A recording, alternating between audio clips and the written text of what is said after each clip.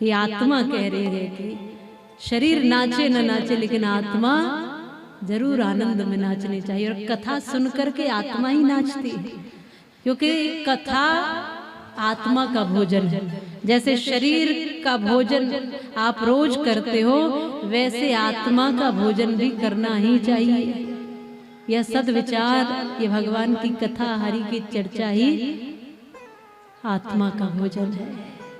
अंदर की तृप्ति यही देती है। भगवान श्री कृष्ण की कथा हमें चिंतन भी देती है, ज्ञान, भक्ति और वैराग्य की स्थिति भी देती है। भक्ति भी रखो पर ज्ञान भी, और साथ में वैराग्य जैसी स्थिति भी। जिंदगी जब तक रहेगी फुर्सत न होगी काम से, कुछ समय ऐसा निकालो प्रेम कर लो शाम से।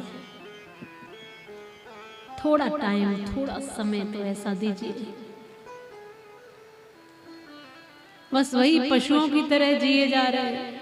आहार निद्रा भय मैथुनंच सामान्य में तत्पशुभि नराणम ज्ञानम नराणम अधिको विशेषो ज्ञाने रही न पशुभि समान धर्मे रही न पशुभि समान। वैसे ही जिए जा रहे हैं। खाना, सोना, डरना, संतान पैदा करना, ये चारों चीजें तो मनुष्य पशु में बराबर ही है। मनुष्य इसलिए मनुष्य नहीं कहलाता कि संतान पैदा करता है, खाता है, सोता है, डरता है। मनुष्य मनुष्य इसलिए कहलाता है कि यह सब होते हुए भी वो ऊंचा चिंतन रखता है, ऊंचा चरित्र रखता है, ऊंचा जीवन जीता है। पशुओं से ऊंचा है उसका चिंतन, पशुओं के जैसा तो नहीं। पशु तो भोग योनि है, लेकिन मनुष्य एक योग योनि है, कर्म योनि है। इसलिए पुनर्वित्तम पुनर्मित्रम पुनर्भार्या च पुनर्मही एतत् सर्वम पुनर्लभ्यम न शरीरम पुनः पुनः। सब कुछ इस दुनिया में दोबारा मिल जाएगा। धन, संपत्ति, खजाना, यदि मित्र रूठ जाए तो मना लोगे, पत्नी रूठ जाए तो भी मना लोगे, यदि जमीन चली जाए तो कभी न कभी खरीद लोगे, लेकिन न शरीरम पुनः पुनः, यह शरीर बार बार मिलने वाला नहीं है, बार बार नहीं मिलेगा। बड़े भाग्य मानुष तन पावा, सुर दुर्लभ सदग्रंथ ही गावा। नर तन सम नहीं कब निहु देहि, जीव चराचर याचत येहि। बड़े भाग्य से मिला है ये शरीर, ये जीवन, ये समय, ये स्थान, ये अवस्था, बड़े भाग्य से मिला है ये सब कुछ। इसलिए इसका सदुपयोग करिए, मानिए, जानिए और फिर उसको मानिए। याद रखना, पिता की कितनी भी ख्याति हो, अपनी हस्ती, अपनी ख्याति अपने ही कर्म से बनती है। अगर तुम व्यसनी हो, अगर तुम्हारे भीतर खोट है, तो तुम पिता की ख्याति और डुबा दोगे, अपनी तो बनाना दूर। पिता की ख्याति से तुम्हारी ख्याति नहीं, पिता के पैसे से तुम धनवान नहीं हो। इसलिए अपनी सोच बदलो, अपना चिंतन बदलो।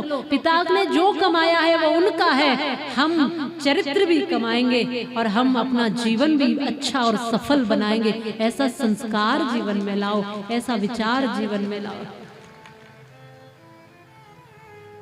ऐसा विचार लेकर आइए। और ये विचार कहाँ मिलेगा?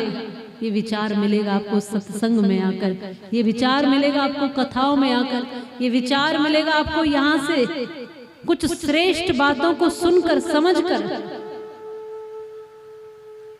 आज अगर दुनिया में कुछ कमी है तो अच्छे विचारों की।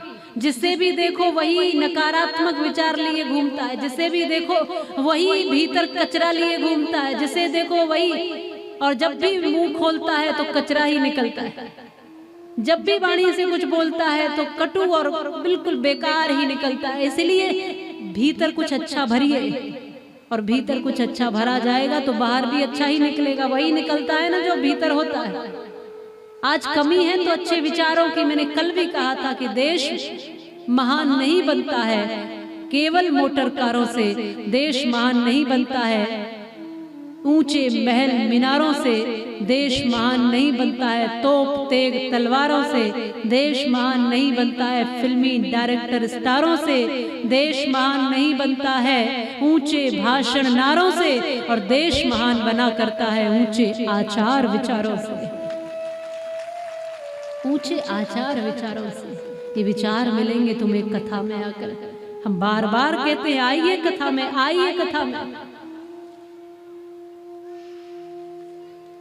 इनविटेशन देने पड़ते हैं, बड़े बड़े बैनर लगाने पड़ते हैं, लोग तब जाकर के ऐसा सोच करके कि हाँ जी अब तो एहसान करना ही पड़ेगा, तो आ जाते हैं।